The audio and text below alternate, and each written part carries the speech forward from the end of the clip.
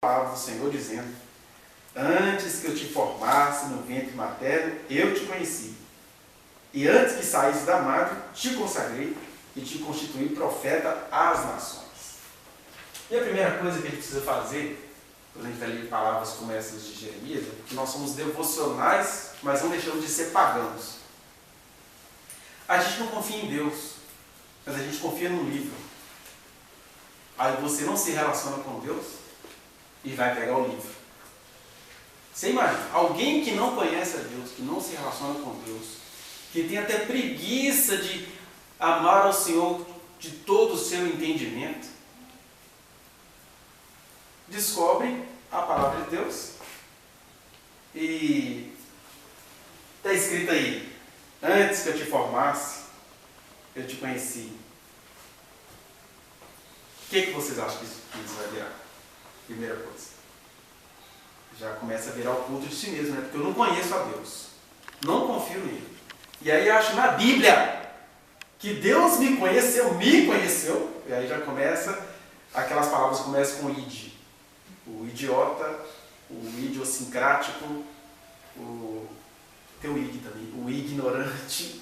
São as pessoas que acham que a vida se vira em torno delas, inclusive as Escrituras, porque eu abri a Bíblia e está aqui. Olha, antes que você nascesse eu te conheci. Olha, eu tenho certeza que Deus, em momentos de desespero, diz essa palavra para alguém. Mas a gente tem que ser honesto com o texto original, porque quem serve a Deus, a primeira coisa que faz é ser honesto com as Escrituras. Isso foi uma palavra que Deus disse para Jeremias. Ainda que seja pedante, Deus está dizendo para o Jeremias, nome cujo qual o significado é Jeová estabelece. Já carregava a mensagem de Deus no nome. Vou te estabelecer. Então, para você eu estou dizendo que eu te conheci antes de você nascer. Já estava de olho em você antes de você nascer. Na verdade, você só nasceu porque eu te planejei.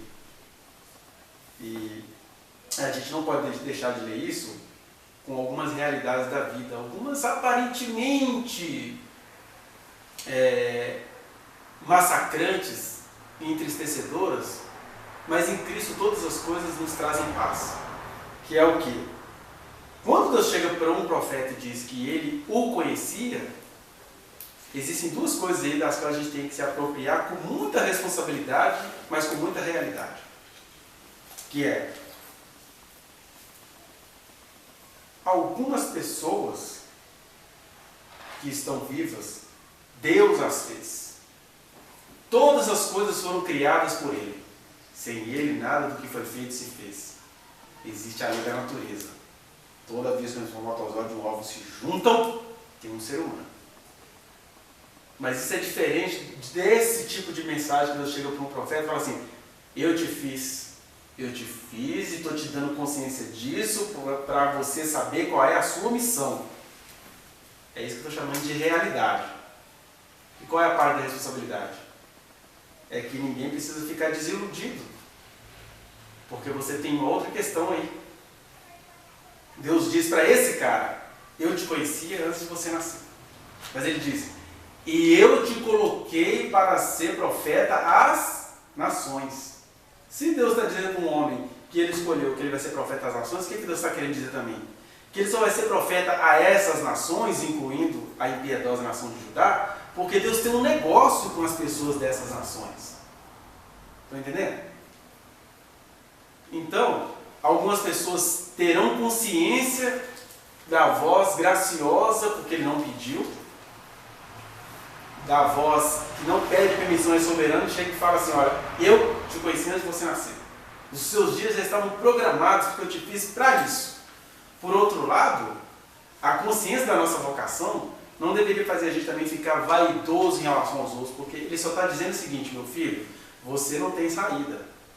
Antes de você nascer, eu te conheci. Então, de um lado, eu não tenho que pegar essa palavra para mim nos aspectos que Deus disse a Jeremias. Eu sei que Deus me conheceu. Cada um sabe que Deus o conheceu aqui. Por outro lado, o Eclesiastes vai nos avisar: olha, tem um mistério aí na vida. Do mesmo jeito que os animais têm uma lei da vida que eles reproduzem, Tanto é que a lei da vida, que a gente as usa de maneira macabra, né? O que eles fazem lá com os animais para o consumo humano? Eles injetam seres lá que nascem. O leite que a gente toma, os milhares de bezerros são mortos por dia, porque a vaca só fica grávida para produzir leite e fica vendo o filhote dela sendo morto na frente dela. Mas como é uma lei da vida, juntou espermatozoide e óvulo, tem um novo serzinho, incluindo os seres humanos. O anjo da morte, as guerras, isso faz parte dos seres humanos. Ah, você não acredita que todo ser humano foi criado por Deus? Eu vou correr o risco de ser assim, pegar a unha ai meu Deus, reformado, o ídolo dos reformados, João Calvino. João Calvino, fazendo esses estudos, ele fala assim, olha gente, vamos ser realistas. Não quer dizer que só porque todo mundo é pessoa, ser vivo, que está todo mundo dentro do desígnio eterno de Deus. Eu tento concordar com ele nesse sentido. Mas eu falo que eu pego a unha dele porque a gente não precisa ser trágico em relação a isso. Porque é só até aí que a gente pode pensar. E as provas discretas que a gente tem disso é isso, que um pai transa com a filha, deu filhote, por quê? A biologia não está vendo se é pai ou se é filha, só está vendo que tem um espermatozoide e um óvulo. Deu gente. Né? Aquele médico Abdel Maci que estuprou 40 e tantas mulheres. Ninguém vai dizer assim, então o Espírito do Senhor encheu o Abdel Maci e ele pegou a cliente. Né? Elas estavam gratas dele. Nojeira. Mas como tem uma lei da vida ali, alguém nasceu. Mas eu só posso ir até aí. Eu não sei nada de quem está vivo. Porque Deus também não diz para a gente assim, procure quem é que veio ou não veio de mim. Porque até alguém que é filho do próprio pai com a própria filha, ele pode ser alcançado por essa graça. Por isso que a gente só vai até aí. Essa questão da concepção e dos porquês dessa desgraça que a gente vai vendo na Terra, de excesso de população, de gente que é estranho, né? Eles são inconvertíveis. Existem até situações culturais, você não consegue dialogar com certas culturas. E o pior não é isso não, é que quanto mais cristãs, ou alaicas, ou jeovistas, alaicas seria o quê? Os islâmicos. Você vai pensar que é um povo que se multiplica. Aí Deus disse para o Ismael, ó, vai ter um povo escolhido de você. Mas muito daquele povo escolhido aí é produção humana. Por exemplo, quando os islâmicos chegam, isso é um projeto, por sinal, de chegar e invadir territórios e fazer os estupros coletivos. Qual que é a ideia deles? É fazer a nação mais poderosa. Você não vai dizer que Deus está nesses projetos, né?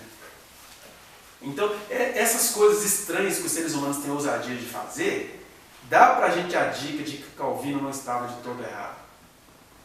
De que, assim como o nosso sistema capitalista faz animais reproduzirem sem ser um desígnio de Deus, é uma brincadeira safada, nojenta e comercial com a vida, seres humanos, por questões políticas, por questões também de exploração social, estupram mulheres, fazem filhos, uma série de coisas, e no meio dessa nojeira humana, Deus chega para alguns e diz assim, ó, não se importe com como você veio, eu te escolhi.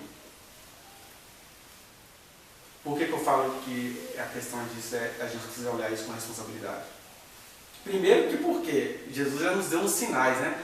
Todo mundo que já está aqui, ele falou assim, ó, se está aqui, é simples assim. Você não precisa nem ficar perguntando sobre predestinado, que nem é questão de predestinado, é questão da forçação humana na história. Mas em vez de a gente ficar fazendo essas perguntas calvinistas, Jesus falou, é simples. Quem vem a mim, de maneira nenhuma lançarei fora. Se veio, já está. Então ninguém aqui precisa ficar nem com crise de identidade. Se veio aqui, se está ouvindo a palavra, se tem interesse nisso aqui, já está entre aqueles que a palavra de Jeremias queria alcançar, que o Evangelho de Jesus queria alcançar. Pelo menos a gente pode ir até aí. Mesmo esse povo que fica aí zombando de Deus, propaganda na televisão, e esse povo que Jeremias chama de jumenta selvagem no cio. Deus levantou Jeremias para chamar um povo de jumenta selvagem no cio. É porque um povo ia se converter ouvindo que eles eram jumenta selvagem no cio. Ó, é o Evangelho sendo pregado por um povo que estava com a mente pervertida. Mas é Deus tendo um compromisso de salvar essas pessoas. O que é que eu estou querendo dizer? Que a gente primeiro não precisa romantizar. Todo ser foi criado pela mão de Deus. Não, gente, vamos ser realistas, vamos estudar só um pouquinho história.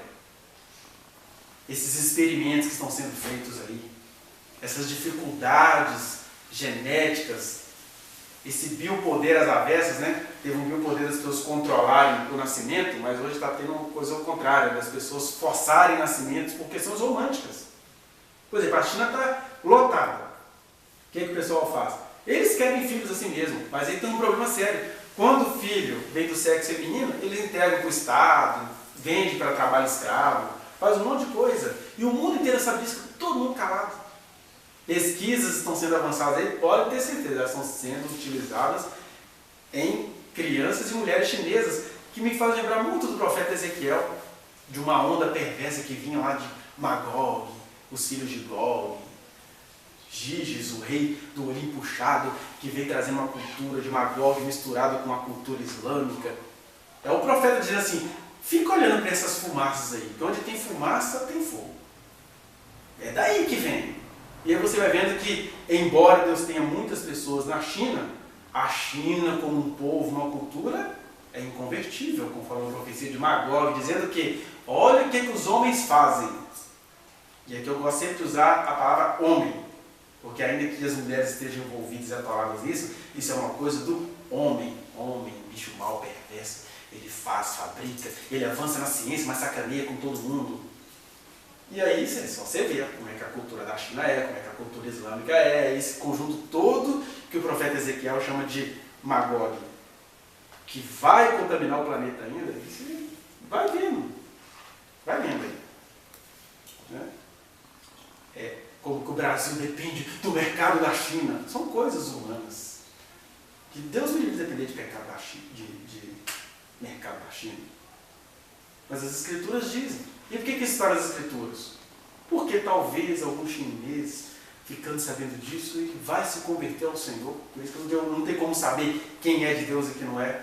Quando eu estou dizendo da responsabilidade, que a gente tem que olhar que algumas coisas da realidade são inconvertíveis para você não ficar com raiva delas. O que a gente tem que fazer é, vai e prega o reino. Eu não sei quem é de Deus, eu só sei que eu tenho que ir e pregar, conforme ele me ensinou. Ou, se ele chegou para alguns aqui e fez igual a Jeremias, eu tenho que ouvir o que ele falou e obedecê-lo. Sem me preocupar com quem é de Deus e com quem não é, e por que alguém não seria de Deus. Na verdade, quem não é nem se preocupa com isso. Eu tenho pessoas maravilhosas, olha minha roupa estragando na frente de vocês. Eu tenho pessoas maravilhosas dentro da universidade que elas nem se preocupam com Deus e nem querem se preocupar, elas não estão nem aí. Eu não preciso me culpar por isso. Senhor, por que a minha colega feminista, que é mais crente do que a pentecostal que eu conheço, não pergunta por ti? De repente ela nem vai perguntar. Eu não tenho que me adoecer por isso. Jesus vai, em vez de você ficar se adoecendo por isso, segue, vai. Né? Mas a gente não se contenta por isso, não. Isso para falar de Deus falando com Jeremias, né? Não, eu não me contento com isso. Eu tenho que voltar para trás e assim, você não pergunta por Deus, porque você nem é de Deus, ímpia, perversa. Porque nós somos convertidos, mas a gente é gente. A gente tem que se sentir, primeiro passo. Olha, essa palavra não é para Jeremias, essa palavra é para mim. O Senhor me conheceu antes de eu nascer, olha como é que eu sou fofinho. Olha como é que as minhas artérias são de banhadas a ouro, porque Ele me conheceu antes de eu nascer. Ele falou que eu ia ser profeta para as nações. E a gente quer fazer estrelato. Mas e quando o estrelato não dá certo, o que a gente faz? O resto é tudo ímpio, como um pregador famoso aqui do Brasil vem falando isso. Então, primeira coisa, a gente precisa compreender que essa mensagem não é pra gente. Precisa compreender que essa mensagem que eu falei, essa palavra de Deus para Jeremias, que o conheceu antes dele nascer. E que cada um aqui recebeu a sua palavra de Deus. Alguns de maneira mais discreta, outros de maneira mais clara, que não tem nada a ver com a importância pessoal que a gente tem a ver com a percepção que cada um precisa ter agora na sua existência do que fazer aqui. Então a gente não pode se envaidecer. Segundo, não é para a gente ficar zombando de quem a gente acha que não ouviu, nem é para a gente ficar dividindo as pessoas, porque embora a tese do Calvinismo seja correta, não há nenhum sinal visível de que a gente possa fazer isso.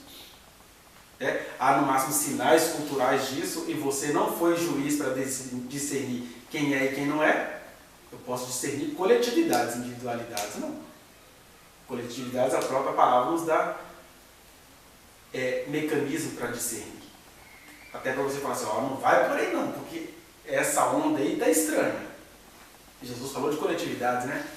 Acautelai-vos por vós mesmos, para que não vos suceda de vocês ficarem enfatigados com as orgias, com as concupiscências e com as preocupações deste mundo, que vão sobreviver a todos.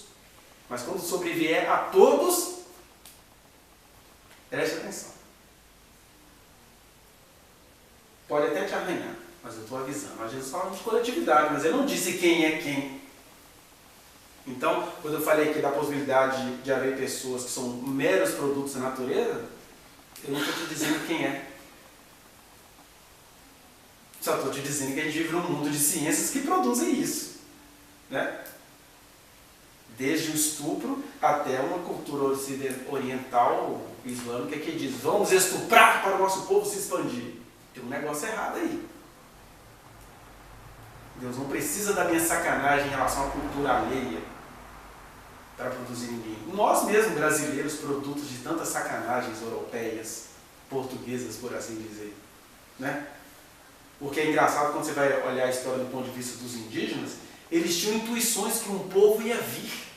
Por isso que eles receberam tão bem os portugueses. Chegaram aqueles portugueses com um cavalo, todo mundo... Porque já era dito entre eles, nas adorações que eles faziam, que ia vir um povo. Mas eles entendiam que o povo vinha para fazer parceria com eles. O que é que o povo cristão europeu veio fazer aqui? Estuprar a Índia, cortar braço de índio, invadir território, virar Ronaldo Caiado e falar, eu fiz isso com o meu trabalho. Por isso eu sou da extrema direita. Eu trabalhei, você é vagabundo, por isso você não tem nada. Esses pensamentos curtos, né? Não, meu filho. Você é herdeiro de sacanagens contra indígenas, que poderia ter feito uma parceria. Os jesuítas poderiam ter convertido os indígenas de outra maneira. Chegar para Deus, Senhor, a Índia tem um peito muito bonito, o que eu faço com aquilo? Imagina, é difícil, né? O cara é virgem lá da Europa, não tem sexo, não tem nada, aí acha a Índia inocente, só que canta, cantando música, aí o que ele faz? Tem uma série muito legal que passou no ano 2000, chamada A Muralha, mostra bem esses detalhes disso, né? Então, o tal de Dom Jerônimo, como que ele sacaneava com a judia, com as índias. E foi isso que fizeram. Então, até numa coisa que poderia acontecer de maneira pacífica, tem as covardias humanas, Deus está dizendo, não dê a ninguém a procuração para localizar quem é meu e quem não é. A única procuração que eu dei para vocês, se é uma procuração, na verdade é um caráter de vocês, é que a gente tem que amar.